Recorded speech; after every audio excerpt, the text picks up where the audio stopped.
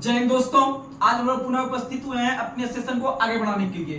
तो सबसे पहले आप सबों को हैप्पी होली कि आप लोग को बता दें कि अब हम लोग शायद ये होली के पहले का होली में तो मिल जाएंगे आराम से, क्योंकि आपको 24 और 25 को जो है कि आपको वीडियो प्राप्त हो जाएगा। लेकिन कल और परसों आपको वीडियो नहीं मिलेगा। कहने का मतलब 22 और 23 को वीडियो नहीं मिलेगा आपको, मतलब कि कल 22 शाम तक वीडियो मिलेगा आपको, 2-3 वीडियो के रूप में मिलेगा। फिर आपको हम लोग घर निकल जाएंगे 23 को जो है कि, और 24 को शाम तक पहुंचेंगे तो 25 को वीडियो अच्छा से मिल जाएगा। फिर 26 में मिलेगा, 27, 28, 29, 30 तक मिलेगा। लेकिन 30 के बाद फिर आपको 31 को नहीं मिल पाएगा, क्योंकि उसका फिर हमको रिटर्न भी होना है अपने जो है कि ड्यूटी पे।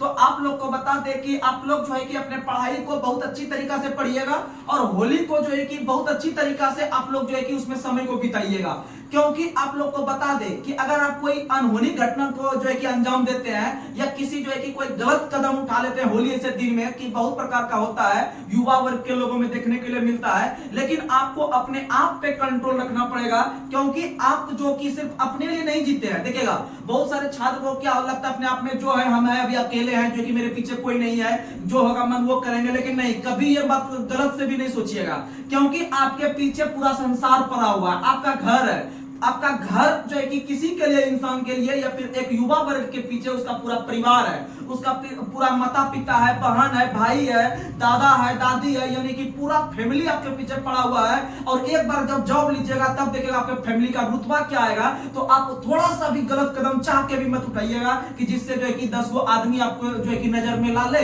कि भाई वो गलत काम किया, ऐसे क्या। आपको कभी वैसा काम नहीं किया, किसी को मौका ही नहीं दीजिए कि आपको वो दिखा दे। किसी को पावर नहीं है कि अपना एक अलग रुतबा से जिएंगे, और जिए हैं तो बस यही सोच के आपको आगे बढ़ना है। तो समझ लीजिए कुछ नहीं है दुनिया में, बस आप तैयारी कीजिए, मेहनत कीजिए, नौकरी लीजिए, दूसरा कुछ नहीं धरती पे, और अपना एक अलग शान से पूरा जिंदगी जिताइए।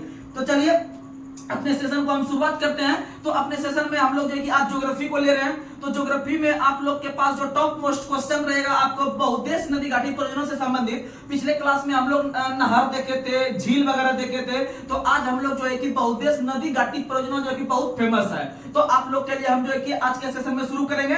लेकिन उससे पहले हम पिछले सेशन में क्वेश्चन पूछे थे कि लोकटक झील भारत के किस राज्य में स्थित है। तो लोकटक झील भारत के जो है कि मणिपुर में है। कहां में है? मणिपुर में। अब होली का मौसम आ गया तो इधर से जो है कि असम बोल रहा है लोकटक झील, ठीक है। आपको लोकटक झील मणिपुर में है, जो कि आपका एकमात्र तैरता हुआ झील उसके अंदर में किपुल लामजाओ है। तो आज का जो बेस्ट अवार्ड दे रहे हैं हम लोमेश राय को दे रहे हैं। लोमेश राय आज के टॉप बल्लेबाज हैं और टॉप खिलाड़ी के रूप में ये उभर रहे हैं। तो आप लोग जो है कि एकमात्र उपाय है, आप पढ़िए, इतना पढ़िए कि किताब कम पड़ जाए। क्योंकि आप किताब पर जब अधिक से अधिक कमेंट बना लीजिएगा तो एग्जामिनर वहीं से क्वेश्चन पूछेगा, और जो क्वेश्चन नहीं वहां पर मान लीजिए उस किताब से बाहर पूछेगा, समझिएगा कि कोई लड़का नहीं बना पाएगा उस क्वेश्चन को। जो आप नहीं बना पाइएगा समझिए कि कोई बना ही नहीं पाएगा क्वेश्चन, लेकिन आपका रिजल्ट आराम से होगा। तो चलिए हम अपने सेशन को शुरुआत करते हैं। तो उसमें से विभिन्न प्रकार के छात्र का सही आंसर दिए हैं। तो उसमें से है शिवम तिवारी। शिवम तिवारी जो है कि अभी जो है कि आप तैयारी कर रहे हैं फिजिकल का, BRSI फिजिकल मेंस का। तो हम लोग के टीम के तरफ से या कौशल जी के जीएस के परिवार के तरफ से आप लोग को जो है कि बहुत बहुत अग्रिम शुभकामनाएं कि आप अंतिम रूप से सफल हुए, और जो है कि आप हमसे मिलिए और उसके बाद काम इंटरव्यू लेने का काम करेंगे बस। क्योंकि यह धीरे धीरे एक प्रकार की सीढ़ी है, आप अपने परिवार का और समाज का नाम रोशन कीजिए। अगर एक समाज में अगर दरोगा भी बन जाता है गांव में, तो समझिए वो एक बहुत बड़ा रुतबा वाला पोस्ट होता है, एक भौकाल वाला पोस्ट होता है। और मेरे पास एकदम 100% दिल से आप बोल रहे हैं कि किसी भी छात्र जो है कि आप लोग किसी भी जॉब में जाइए तो देखिएगा कितना मजा आता है। तो चलिए उसी तरह से, और यहाँ पर ऋषिका कुमारी बहुत अच्छा मेहनत कर रहे हैं, सिर्फ लगातार बने रहिएगा। फिर उसके बाद जो है कि रवि रंजन, उसके बाद सुपर कंटेंट जो लिखे हैं वो आर्मी करके हैं, वो लिखे हैं। उसके बाद फिर विवेक कुमार, बिल्कुल सही, टाइम टू टाइम। आप होली में भी टाइम टू टाइम रहिएगा, क्योंकि पढ़ाई एक ऐसा चीज है जब तक आप टाइम टू टाइम नहीं रहिएगा तो जो है कि कुछ नहीं होने वाला है। उसके बाद फिर है मनीष प्रजापति, बिल्कुल सही आंसर है। राठौर जी बिल्कुल सही है। रंजित कुमार बिल्कुल सही है। प्रिंस कुमार बिल्कुल सही है। कुमार रुपेश सही है। भविष्य याजा बिल्कुल सही है। फिर अंकज कुमार सही है। दीपक कुमार सही है। मोहन जो है कि NSG बिल्कुल सही है। फिर है मोटू पतलू बिल्कुल सही है। फिर है पंकज कुमार सही है। बहादुर कुमार सही है। मनोज पासवान सही है। उसके बाद है आपका क्या कहते हैं अंकुश राज, बिल्कुल सही है। दीपक राज बिल्कुल सही है। पिंटू कुमार बिल्कुल सही है। प्रणय प्रभा बिल्कुल सही है। पिंटू कुमार बिल्कुल सही है। मनीष सही है। संजना कुमार सही है, सॉरी संजीव कुमार सही है। फिर चंदन कुमार सही है। तो इस तरह से बहुत सारे छात्र कमेंट करते हैं। तो समझ लीजिए कि वीडियो देख के फिर वीडियो पे जाके कमेंट करना समझ लीजिए अपने आप में बहुत बहादुरी वाला बात है, क्योंकि आजकल के आदमी के पास उतना समय नहीं है कि जो है कि वह जाके कमेंट करे। सबसे पहले वो वीडियो नहीं देखते हैं। अगर वो वीडियो देखते हैं यूट्यूब पे तो उतना लॉन्ग वीडियो नहीं देखते हैं। अगर देखते भी हैं तो 2-3 मिनट में उसका मन जो है ना उब जाता है, फिर हटा देता है, चलो देखते हैं रील्स देखते हैं, रील्स बस रील्स देखने में उसका रील्स दिखा जाएगा 2 साल के बाद। तो आप लोग जो है कि अपने आप को धैर्य बना के आप लोग मेहनत कीजिए और एक बार आप जॉब ले लीजिए, उसका रील्स देखिए ना, रील्स आप ही बनाइएगा, तब देखिए कितना आपको मजा आएगा। चलिए अब आगे बढ़ते हैं, हम लोग अपने सेशन को शुरू करते हैं। तो अपने सेशन को शुरू करने में से आप लोग ध्यान दीजिएगा कि आज का पहला सवाल कि भाखड़ा नागल परियोजना या भाखड़ा नागल बांध का निर्माण किस नदी पर किया गया है? सतलज। किस नदी पर? सतलज। आप लोग को बता दे कि भारत के अंदर में सतलज नदी जो है इसका उद्गम भारत में नहीं है। इसका उद्गम भारत में नहीं है। इसका उद्गम आपका जो है कि ब्रह्मपुत्र हो गया, सतलज हो गया, ये सब नदी का उद्गम स्थल आपका जो है तिब्बत में है। कम है? तिब्बत के मानसरोवर पहाड़ी से ये सब नदी निकलती है और ये जो है कि आपको हिमालय को पार करके भारत में प्रवेश करती है। और आप लोग को बता दे सतलज नदी पर भाखड़ा नागल परियोजना का निर्माण 1963 में किया गया। कब किया गया? देखिएगा आप लोग जो है कि 2-4 गो हम बांध का ईस्वी बताएंगे, स्थापना वर्ष बताएंगे, वो एग्जाम में बार-बार मिलता है। अगर आप कहीं सेट बनाते हैं तो वहां पर उसका स्थापना पूछता है। जैसे आप लोग को बता दे भाखड़ा नागल परियोजना का याद रख लीजिएगा 1963 में। आप लोग को बता दे भारत के अंदर में प्रथम प्रधानमंत्री पंडित जवाहरलाल नेहरू हुए थे। पंडित जवाहरलाल नेहरू का कथन था कि भारत के अंदर में जितने भी बांध है उनको मंदिर की संज्ञा दिया था। किसका संज्ञा दिया था? क्योंकि बांध जब तक नहीं बनेगा तो खेत में सिंचाई संभव ही नहीं है।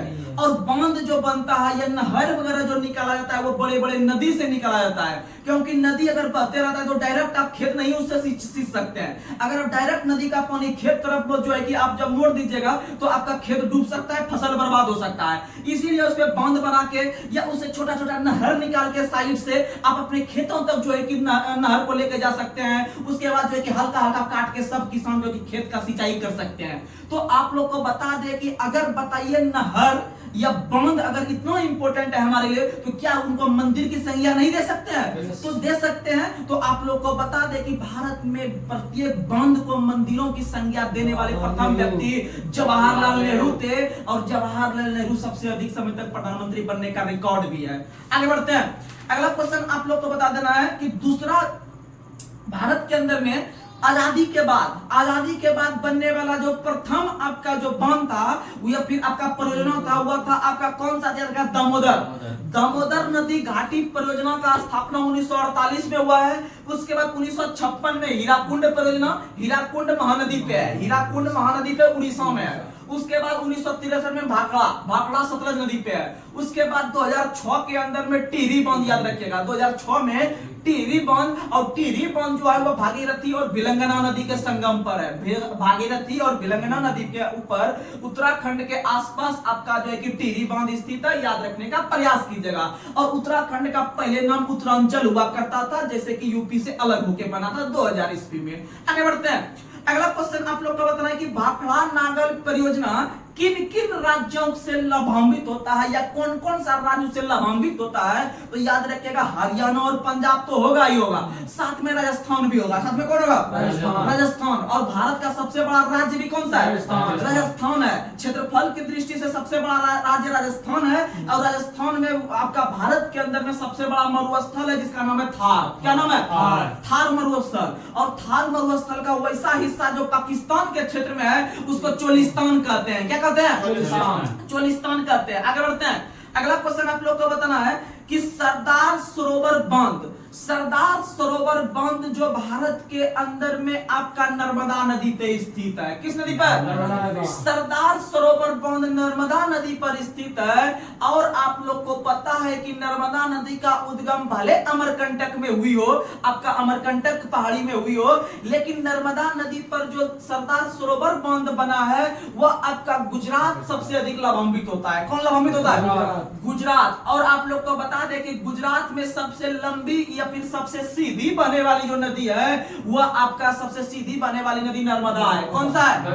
और आप लोग को पता है नर्मदा हो गया, ताप्ती हो गया, उसके बाद माही हो गया, उसके बाद फिर आपका क्या कहते हैं, उसके बाद ये साबरमती हो गया। ये लगभग 4-5 नदी जो है ये पश्चिम की ओर बहती है। और आपको बता चुके हैं कि जितने भी नदी पश्चिम की ओर बहती है वह एस्चुअरी का निर्माण करती है या फिर भ्रंश घाटी का निर्माण करती है और ये अपना जल जो है कि अरब सागर में गिराने का काम करती है। लेकिन आप लोग को पता है कि जितने नदी पूरब की ओर बहती है वह आपका जो है कि डेल्टा का निर्माण करती है। किसका निर्माण करती है? डेल्टा का निर्माण करती है। और डेल्टा का नामकरण करने वाले पहले व्यक्ति बताए थे हेरोडोटस, जिसको कि इतिहास के पिता के रूप में जानते हैं। आगे बढ़ते हैं, अगला क्वेश्चन आप लोग को बताना है और याद रखिएगा सरदार सरोवर बांध से सबसे अधिक लाभ गुजरात को होता है और सबसे कम लाभ एमपी को ही होता है। किसको होता है? मध्य प्रदेश। और अमरकंटक की पहाड़ी मध्य प्रदेश एरिया में भी है और मध्य प्रदेश से निकल रहा है आपका नर्मदा, लेकिन सबसे कम लाभ पहुंच रहा है आपका नर्मदा एमपी को और सबसे अधिक लाभ पहुंच रहा है गुजरात को। अगला क्वेश्चन, ऐसे भी आप देख रहे होंगे कि अभी सब जगह से हर एक स्टेट से जीएसटी जो है तहसील के मोदी सरकार गुजरात को बहुत डेवलप कर रहा है। तो उसी प्रकार से आपका नर्मदा नदी पे जो आपका सरदार सरोवर बांध है, भले ये एमपी से निकले लेकिन सबसे अधिक लाभ मोदी खुद गुजरात को करवा रहा है। याद रखने का प्रयास कीजिएगा। आगे बढ़ते हैं, ओंकारेश्वर बांध किस नदी पे है? नर्मदा पे। ओंकारेश्वर बांध नर्मदा नदी पे एमपी में है। कम है? एमपी में। अगला क्वेश्चन, हीराकुंड बांध किस राज्य में है? उड़ीसा में। हीराकुंड बांध आपका जो है उड़ीसा में महानदी पर स्थित है और महानदी का उद्गम स्थल आपका छत्तीसगढ़ के अंदर में सिहोवा पहाड़ी है और छत्तीसगढ़ से निकलकर वो डायरेक्ट चल जाती है उड़ीसा और उड़ीसा के बाद अपना बंगाल के खाड़ी में जल गिरा देती है। आगे बढ़ते हैं, भारत का सबसे पुराना जल शक्ति उत्पादन केंद्र कौन सा है? आप लोग देखे होंगे बड़ा बड़ा जो पोखर होता है या बड़ा बड़ा तालाब होता है उस पे वो टरबाइन लगा देता है और उसमें मशीन चलते रहता है, चक्का घूमते रहता है, वहां से बिजली का उत्पादन होता है। अर्थात जल शक्ति उत्पादन जो है वो आपका पता है कि सबसे पहले जो शुरू हुआ था आपका शिव समुद्रम में। कहां हुआ था? शिव समुद्रम जलप्रपात का नाम सुने होंगे। शिव समुद्रम जलप्रपात आपका कर्नाटक में है। शिव समुद्रम जलप्रपात आपका कर्नाटक में है और आप लोग को बता दें कि वहीं पर सबसे पुराना जल शक्ति या हाइड्रो पावर परियोजना शुरू हुआ था 1902 में। कब हुआ था? 1902 में। अगला क्वेश्चन आप लोग बताइए, बहुत फेमस क्वेश्चन, नागा अर्जुन सागर परियोजना किस नदी पर है? तो नागा अर्जुन सागर परियोजना कृष्णा नदी पे है। किस पे? कृष्णा पे। और आप लोग को बता दे अलमाटी बांध भी किस पर है?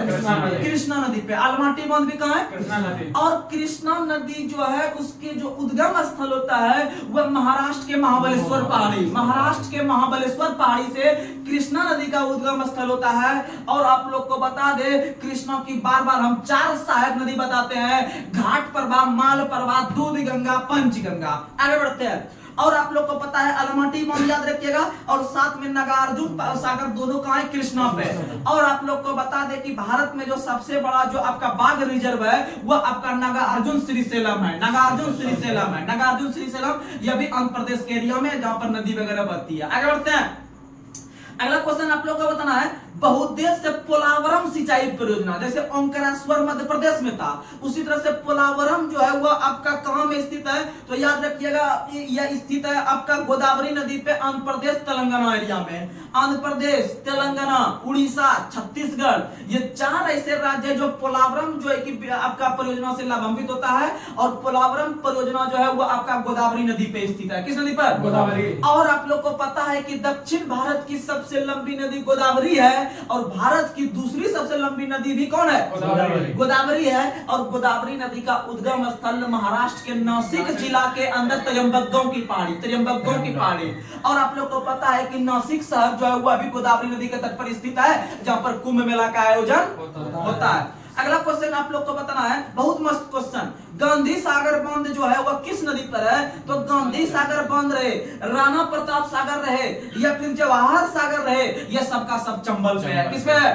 चंबल पे है। और चंबल नदी वो आपका राजस्थान में स्थित है। कहाँ में है? राजस्थान। और कोटा शहर भी किसके किनारे? चंबल के किनारे। कोटा शहर भी किसके किनारे?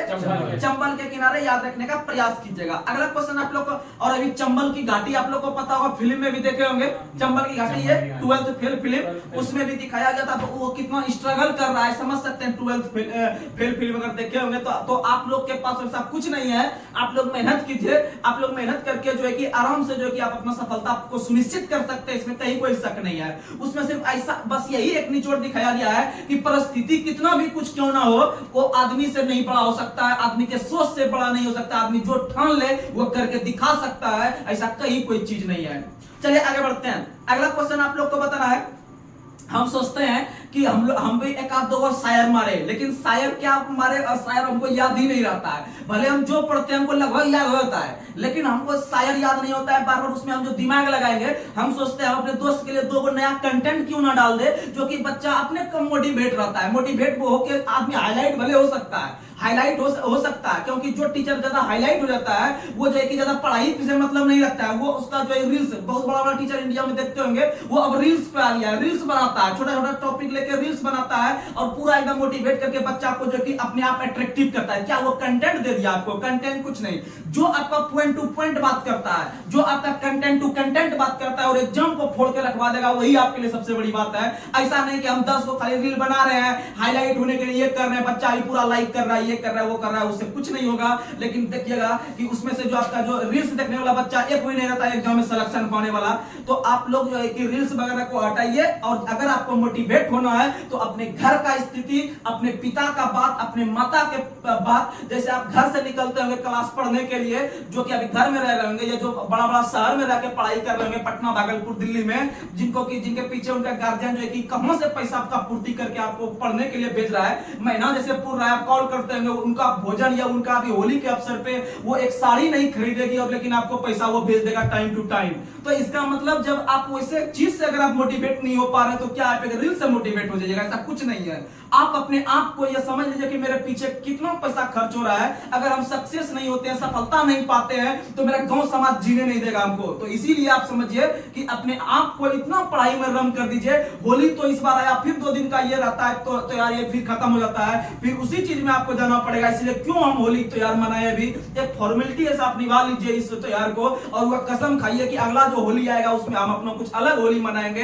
तो इसीलिए आप टेंशन नहीं लीजिए, एक बार आप सफलता पा लीजिए, उसके बाद देखिएगा कि जो व्यक्ति आपसे अभी जब आप सक्सेस नहीं हुए हैं, जब आप होली में घर जाइएगा तो आपसे आदमी जो है ना बात करने से कतराएगा, जो है ना वो दूर भागेगा, नजर को मिलाते हुए नजर को वो फेर लेगा, उधर मुड़ी घुरा लेगा। लेकिन वहीं जब आप सफलता पा लीजिएगा और उनको पता चल जाएगा कि फलना का बेटा या उनका बेटा सफलता पा लिया है, तो वो आपको जो है ना नहीं चाहते हुए फिर भी आपके घर आएगा कि वो आया है कि ना आया है ड्यूटी पर से, ये बात बोलेगा। तो कारण यही है कि आप पढ़िए और शिक्षा में इतना पावर है, किसी भी आदमी को झुका सकते हैं। तो चलिए हम अपने सेशन को और आगे बढ़ाते हैं, उसके बाद फिर हम लोग आगे भी बात करेंगे। तो अगला क्वेश्चन आप लोग को बताना है कि टिहरी बांध जो है वह आपका उत्तराखंड में है। आप लोग को बताएं कि टिहरी बांध का निर्माण 2006 ईस्वी में भागीरथी और भिलंगना नदी पे किया गया।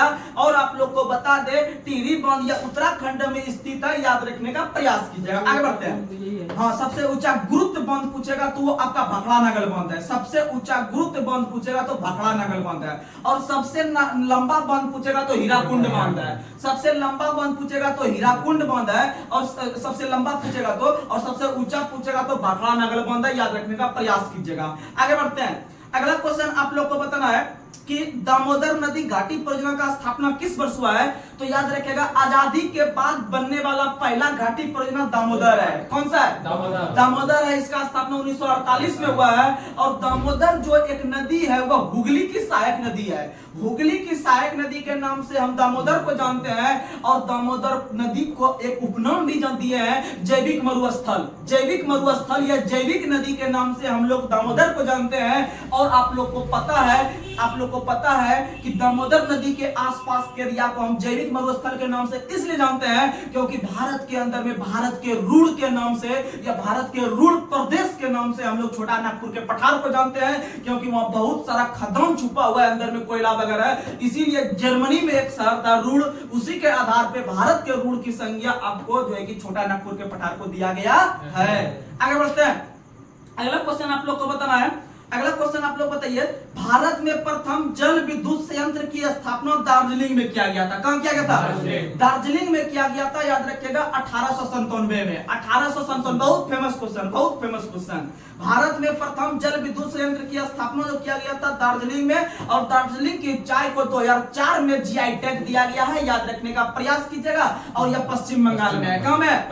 पश्चिम बंगाल में है। लेकिन आप लोग को नीलगिरी की पहाड़ी तमिलनाडु में है, और नीलगिरी की पहाड़ी आपका पूर्वी घाट और पश्चिमी घाट का मिलन बिंदु है। और नीलगिरी पहाड़ी की सबसे ऊंची चोटी का जो नाम है वह दोदा बेटा है। क्या नाम है? और दोदा बेटा की ऊंचाई 2637 मीटर है। आगे बढ़ते हैं। अगला क्वेश्चन आप लोग को बताना है, किशनगंगा परियोजना और तुलहुल परियोजना दोनों झेलम पे है। दोनों किस पे? झेलम पे है। याद रखने का प्रयास कीजिएगा। अगला क्वेश्चन, भाखड़ा नागल परियोजना रहे, यह आपका नाथपा झाकड़ी परियोजना रहे, यह आपका कोल्डन परियोजना रहे, यह सारा का सारा सतलज नदी पे है और हिमाचल प्रदेश में है। कम है? बहुत मस्त क्वेश्चन है। नाथपा झाकड़ी परियोजना किस नदी पर है? तो वह सतलज नदी पे हिमाचल प्रदेश में। नाथपा झाकड़ी हिमाचल प्रदेश, नाथपा झाकड़ी हिमाचल प्रदेश, और कोल्डन परियोजना भी हिमाचल प्रदेश में है। अगला क्वेश्चन आप लोग को बताना है, अगला क्वेश्चन आप लोग बताइए, अगला क्वेश्चन आप लोग बताइए, अगला क्वेश्चन आप लोग को बताना है, सलाल परियोजना, सलाल परियोजना, दुलहस्ती परियोजना और बगलिहार परियोजना, ये तीनों का तीनों परियोजना चिनाब नदी पे है। किस पे? चिनाब। यानी याद रखिएगा सबास दुल्हा, सबास दुल्हा, यानी 100 से हो जाएगा आपका क्या हो जाएगा तो सलाल, और उसके बाद आपका ब से हो जाएगा बगलिहार, उसके बाद दुल्हा से हो जाएगा दुलहस्ती। नहीं कहते हैं सबास दुल्हा यानी दुलहस्ती, 100 से सलाल, अब फिर ब से हो जाएगा बगलिहार। और याद रखिएगा तीनों का तीनों जो है वह किस नदी पर है? चिनाब नदी पर। किस नदी पर? चिनाब। और चिनाब नदी का पूरा नाम है अस्किनी। चिनाब नदी का पूरा नाम है अस्किनी। क्या नाम है? अस्किनी। अस्किनी याद रखने का प्रयास कीजिएगा। अगला क्वेश्चन आप लोग को बताना है, थीन बांध किस नदी पर है? रावी। थीन बांध रावी नदी पे है। थीन बांध रावी नदी पे है। और याद रखिएगा चमेरा बांध भी रावी नदी पे है। चमेरा बांध भी कहां है? रावी नदी पे। याद रखने का प्रयास कीजिएगा। और जानते हैं थीन बांध का नया नाम है, थीन बांध का एक और नया नाम है जिसका नाम है रंजीत सागर बांध। रंजीत सागर बांध या थीन बांध जो है रो से रंजित रो से रावी पे है। रो से रंजित रो से रावी पे है। याद रखने का प्रयास कीजिएगा। अगला क्वेश्चन, अगला क्वेश्चन, पोंग बांध किस नदी पे है? ब्यास पे। पोंग बांध ब्यास पे, पोंग बांध ब्यास पे, पोंग बांध ब्यास पे। और हरिके बैराज बांध भी वो ब्यास पे है। हरिके बैराज बांध भी ब्यास पे है। और आप लोग को बता दें, आप लोग याद करते होंगे कि भारत के अंदर सबसे लंबी नहर इंदिरा गांधी नहर है। और इंदिरा गांधी नहर को जो जल की प्राप्ति होती है ना, वो दो नदी को मिला के उनको जल मिलता है, एक सतलज से एक ब्यास से, एक सतलज से एक ब्यास से। तो क्वेश्चन पूछा जाता है कि भारत के अंदर में इंदिरा गांधी नहर को जल की प्राप्ति जो होती है किन किन नदी से होती है? तो भैया एक सतलज से होता है, एक ब्यास से होता है। सतलज नदी का पूरा नाम है सुतुद्री। सतलज नदी का पूरा नाम है सुतुद्री। और फिर आपका ब्यास का नाम है व्याघ्र, ब्यास का नाम है व्याघ्र। और परुस्नी का रावी, परुस्नी का रावी, अस्किनी का चिनाब, अस्किनी का चिनाब, कुबा काबुल, कुबा काबुल, कुबा काबुल, कुबा। आगे बढ़ते हैं। अगला क्वेश्चन आप लोग को बताते हैं कि यमुना नदी जो है, यमुना नदी जो गंगा की सबसे लंबी, यमुना नदी गंगा की सबसे लंबी सहायक नदी है। भारत के अंदर में सबसे लंबी सहायक नदी के नाम से यमुना को जानते हैं। और यमुना नदी जो है वह आपका गंगा की सबसे लंबी सहायक नदी है।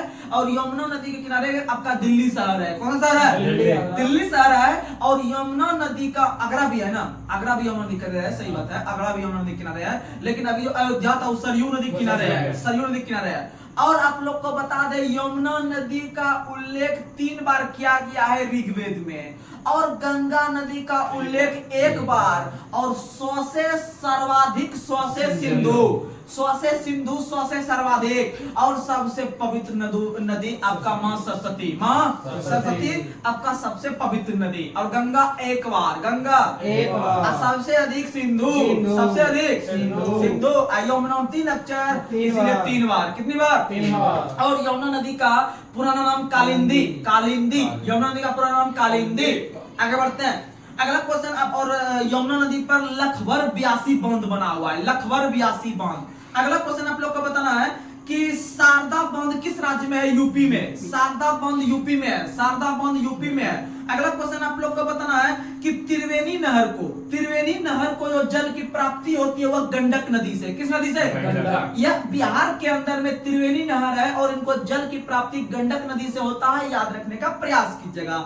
और आपको बताए थे सतलज और ब्यास से जो मिलता है वो इंदिरा गांधी नहर को मिलता है जल। अगला क्वेश्चन आप लोग को बताना है कि भारत के अंदर में गांधी सागर बांध, राणा सागर प्रताप बांध, जवाहर सागर बांध, यह सब राजस्थान में चंबल नदी के ऊपर बना हुआ है, याद रखिएगा। आगे बढ़ते हैं। माता टीला बांध किस नदी पर है? बेतवा नदी पर। माता टीला बांध पूछे, यह राजघाट बांध पूछे, दोनों उत्तर प्रदेश में बेतवा नदी के ऊपर बना हुआ है, याद रखने का प्रयास कीजिएगा। अगला क्वेश्चन आप लोग को बताना है बांध सागर बांध सोन नदी पे है। बांध सागर बांध सोन नदी पे है और सोन नदी का उद्गम स्थल आपका अमरकंटक की पहाड़ी है, याद रखने का प्रयास कीजिएगा। और सोन नदी जो है गंगा में मिलती है पटना के पास और यह दक्षिण से जाकर आपका गंगा में मिलती है। और वहीं पर अगर हम देखते हैं कोसी नदी को तो वह उत्तर से आके मिलती है। और पटना शहर जो है बिहार की राजधानी, हम लोग का जो बिहार है उसकी राजधानी जो पटना है, पटना आपका 3 नदी के संगम पर है। एक आपका सबसे पहले तो गंगा नदी हो जाएगा, गंगा के साथ साथ सोन हो जाएगा और सोन के साथ आपका जो होगा पुनपुन होगा। कौन सा होगा? पुनपुन। आगे बढ़ते हैं। अगला क्वेश्चन आप लोग को बताना है, हम लोग 4-5 बता रहे हैं और बता देंगे किस नदी पे है, एकदम बहुत फेमस सब बता रहे हैं। पंचेत बांध, तिलैया बांध, कोनार बांध, अय्यर बांध, बरगमो बांध और मैथन बांध। कम से कम आपको याद रखना पड़ेगा तिलैया और मैथन, तिलैया और मैथन। तिलैया और मैथन दोनों दामोदर पे है, तिलैया और मैथन दामोदर पे है, याद रखेगा।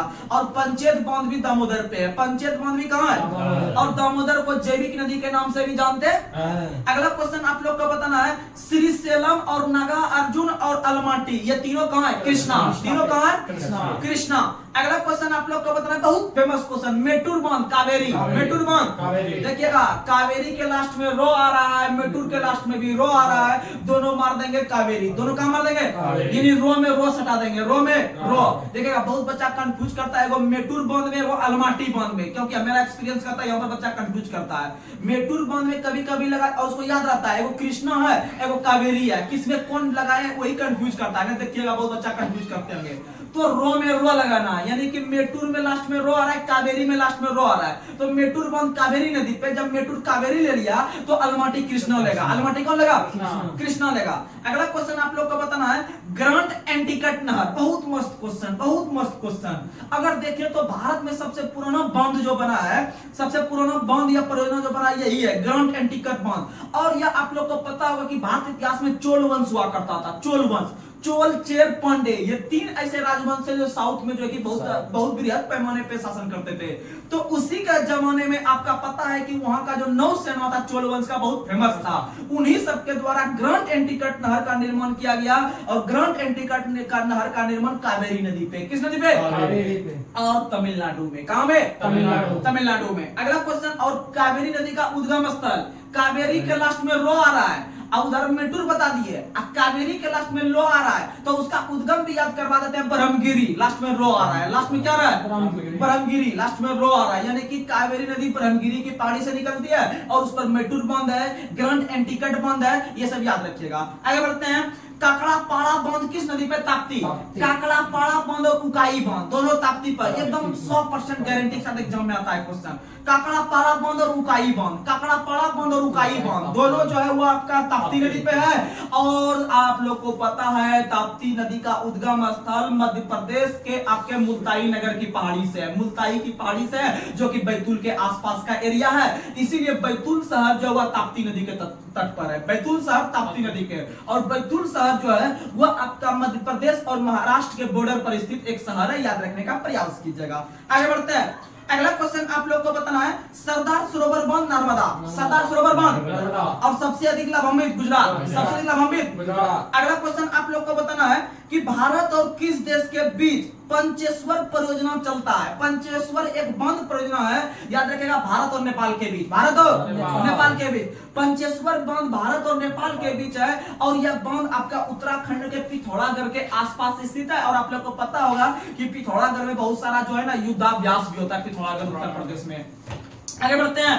अगला क्वेश्चन आप लोग को बताना है, शारदा परियोजना भारत और किस देश का संयुक्त परियोजना है? तो शारदा भी भारत और नेपाल के बीच है। शारदा भी किसके बीच? भारत नेपाल। कोसी परियोजना भी भारत और नेपाल, कोसी परियोजना भी भारत और नेपाल। और आप लोग को पता है कि कोसी नदी आपका उत्तर भारत से निकलकर हिमालयी क्षेत्र से निकलकर वह गंगा की नदी में भागलपुर के प्रांत के क्षेत्र में कुर्सेला के आसपास मिलती है। अगला क्वेश्चन आप लोग को बताना है, गंडक परियोजना भारत नेपाल, गंडक परियोजना और गंगा परियोजना जो है आप लोग को पता है, गंगा परियोजना वो भारत और बांग्लादेश के बीच है। भारत और बांग्लादेश के बीच गंगा है, क्योंकि गंगा नदी आपका बांग्लादेश में भी जाती है और बांग्लादेश में गंगा नदी को पद्मा के नाम से जानते हैं और बांग्लादेश में ब्रह्मपुत्र नदी को जमुना के नाम से, किस नाम से? जमुना के नाम से याद रखने का प्रयास कीजिएगा। आगे बढ़ते हैं, अगला क्वेश्चन आप लोग को बताना है, अगला क्वेश्चन आप लोग बताइए, महाकाली संधि, महाकाली संधि भारत और नेपाल के बीच है। महाकाली संधि से आप लोग को पता होगा, नदी जल के लिए आपका भारत और पाकिस्तान के बीच सिंधु जल समझौता हुआ है, हुआ कि नहीं हुआ है? सिंधु जल समझौता आपका भारत और पाकिस्तान के बीच है। उसी प्रकार से तीस्ता जल विवाद, तीस्ता जल विवाद भारत बांग्लादेश के बीच है। बहुत फेमस क्वेश्चन, दोनों बहुत फेमस पता है। सिंधु भारत पाकिस्तान और आपका तीस्ता जो है भारत बांग्लादेश के बीच है। उसी प्रकार से महाकाली संधि भारत नेपाल, महाकाली संधि भारत और नेपाल का एक संयुक्त परियोजना है जिसका निर्माण 1996 ईस्वी में किया गया था और सिंधु जल समझौता 1960 में हुआ है। सिंधु जल समझौता 1960 में हुआ है, याद रखिएगा। आगे बढ़ते हैं, और आप लोग को बता दो, तीस्ता बोले ना भारत और बांग्लादेश के बीच, तीस्ता जल विवाद आपका भारत बांग्लादेश के बीच है। लेकिन तीस्ता जो एक नदी है वो आपका ब्रह्मपुत्र की सहायक नदी है। किसकी सहायक नदी है? ब्रह्मपुत्र की सहायक नदी है, याद रखिएगा। और ब्रह्मपुत्र नदी आपका जो है कि अधिकतर असम में बहती है। अगला क्वेश्चन आप लोग को बताना है, मयूराक्षी परियोजना किस राज्य में है? पश्चिम बंगाल। मयूराक्षी परियोजना पश्चिम बंगाल, मयूराक्षी नदी पर ही है, याद रखिएगा। आगे बढ़ते हैं, कालपंग विद्युत परियोजना, कालपंग विद्युत परियोजना अंडमान निकोबार में है। कालपंग विद्युत परियोजना अंडमान निकोबार में है। और आप लोग को पता है कि अंडमान निकोबार द्वीप समूह बंगाल की खाड़ी में है और बंगाल की खाड़ी के आसपास या पश्चिम बंगाल से सटा हुआ है। इसका मतलब अंडमान निकोबार द्वीप समूह का जो भी जुडिशियल काम करता है, जो भी न्यायिक काम करता है, वो आपका कलकत्ता उच्च न्यायालय करता है। कौन करता है? कलकत्ता उच्च न्यायालय करता है। और अंडमान में ही आप लोग को पता है कि साउथ बटन अभ्यारण्य है। कौन सा अभ्यारण्य है? साउथ बटन अभ्यारण्य आपका जो है जहां पर कि सबसे अधिक आपको अभ्यारण्य देखने के लिए मिलता है वह साउथ बटन अभ्यारण्य है, जो कि आपका अंडमान में है। और अंडमान में आपका महात्मा गांधी अभ्यारण्य भी है। अंडमान में आपका महात्मा गांधी अभ्यारण्य भी है, याद रखने का प्रयास कीजिएगा। आगे बढ़ते हैं, कहां में? तमिलनाडु।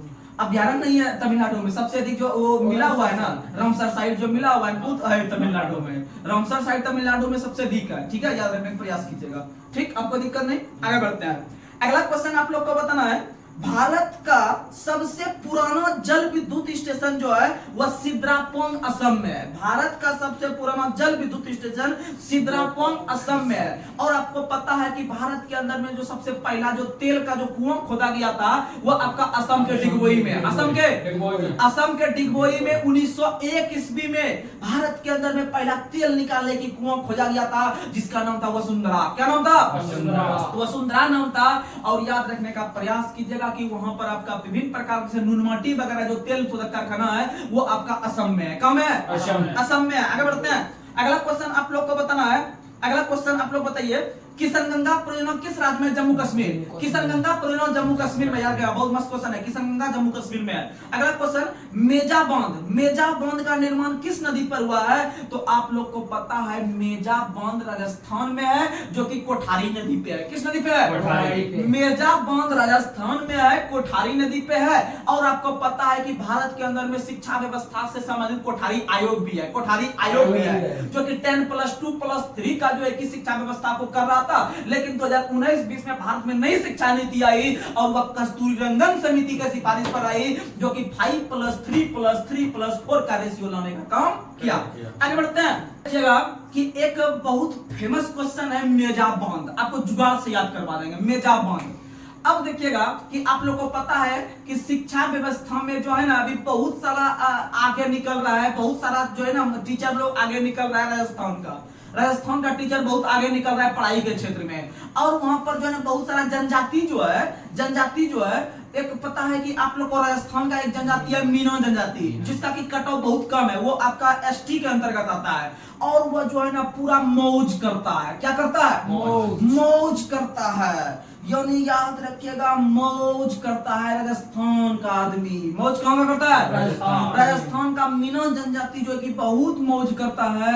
याद रखिएगा मौजा बंद जो है वह आपका मीना यानी कि राजस्थान का है। और याद रखिएगा वह जो मौजा बंद है वह कोठारी नदी पे है। किस नदी पे है? कोठारी नदी पे है। और वह कोठा का निर्माण कर रहा है मौज कर करके, जॉब ले लेके पैसा कमा के।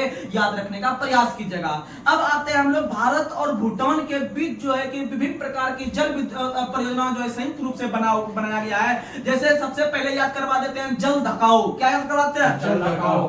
जल धकाओ यानी कि आप लोग जैसे भुट्टा खाते होंगे। क्या खाते होंगे? जब आप भुट्टा खाते में थोड़ा खाते खाते लगता हो कि अब गला में फंस रहा है, थोड़ा सा जो है कि हम जल को धका लेते हैं। किसको धका लेते हैं? जल को धका लेते हैं, अंदर चल जाएगा, उसके बाद फिर से खाएंगे भुट्टा। इसका मतलब जल धकाओ जो हम लोग यूज करते हैं वो भुट्टा खाने में। किसमें खाने में? भुट्टा खाने में। यानी भारत भूटान जल धकाओ, भारत भूटान जल धकाओ। याद रखिएगा भारत भूटान के बीच संयुक्त परियोजना का नाम है जल धकाओ। क्योंकि यह क्वेश्चन आपको शायद अभी तक नहीं मिला होगा तो आप लोग को जो है कि एक दो और बताते हैं भारत और भूटान के बीच। जैसे है आपका जो है कि चूखा। क्या नाम है? चूखा। उसके बाद है ताला, फिर है मंगछेदू, फिर है खोलुंगछू। क्या नाम है? खोलुंगछू। अब आप मानिएगा, आपको बता देते हैं भुट्टा जब आप खेत में जाते हैं तोड़ने के लिए, जब भुट्टा खेत में जाते हैं तोड़ने के लिए तो उसको पहले तोड़ते होंगे। यानी ताला लगा हुआ रहता है, उसको तोड़ते हैं। अब तोड़ के देखते हैं उसमें मोच रहता है, उससे करके इसको रहता है ना मोच, उसको हटा, जिसको हम लोग कहते हैं क्या कहते हैं उसको? मोचे बोलते हैं। हाँ मोचे बोलते हैं। ठीक है, मोच क्या बोलते हैं इसका? चिरचिरा इधर का भाषा। हाँ तो वो उसको मोच का जो लगा हुआ रहता है उसको जो कि इसको ऐसे ये मोच की तरह होता है, बाल की तरह जो होता है उसको हम हटाते हैं खींच के। यानी ताला लगा हुआ है भुट्टो में। अब भुट्टा में ताला यानी कि ताला हटा दिए। ताला हटाने के बाद भुट्टा को हम जो है कि मोच को खींच लिए, यानी मंगछेदू कर दिए। अब मंगछेदू करके दोनों खोल दिए, यानी खोलुंगछू कर दिए। क्या कर दिए? खोलुंगछू। यानी भारत भूटान के बीच ताला को तोड़े, फिर उसके बाद छीले यानी खोलुंगछू किए। अब फिर उसके बाद जो है कि उसको क्या किए तो याद रखिएगा उसको मंगछेदू किए, यानी कि मोच को हटाए, फिर खोले, फिर ताला को तोड़े। और उसके बाद जो है कि उसमें थोड़ा सा उसको चखे। क्या किए? चखे कि कहीं जुआ तो नहीं गया, ज्यादा टाइट तो नहीं हो गया। लोग खिंचा खाते हैं तो याद रखिएगा चूखा। क्या कीजिएगा? चूखा। और उसके बाद जब उसको पका के खाते हैं तो जब फंस जाता है गला में तो उसके बाद क्या करते हैं? ऐसे जल से धकाते हैं, जल से धकाते हैं। याद रखने का प्रयास कीजिएगा।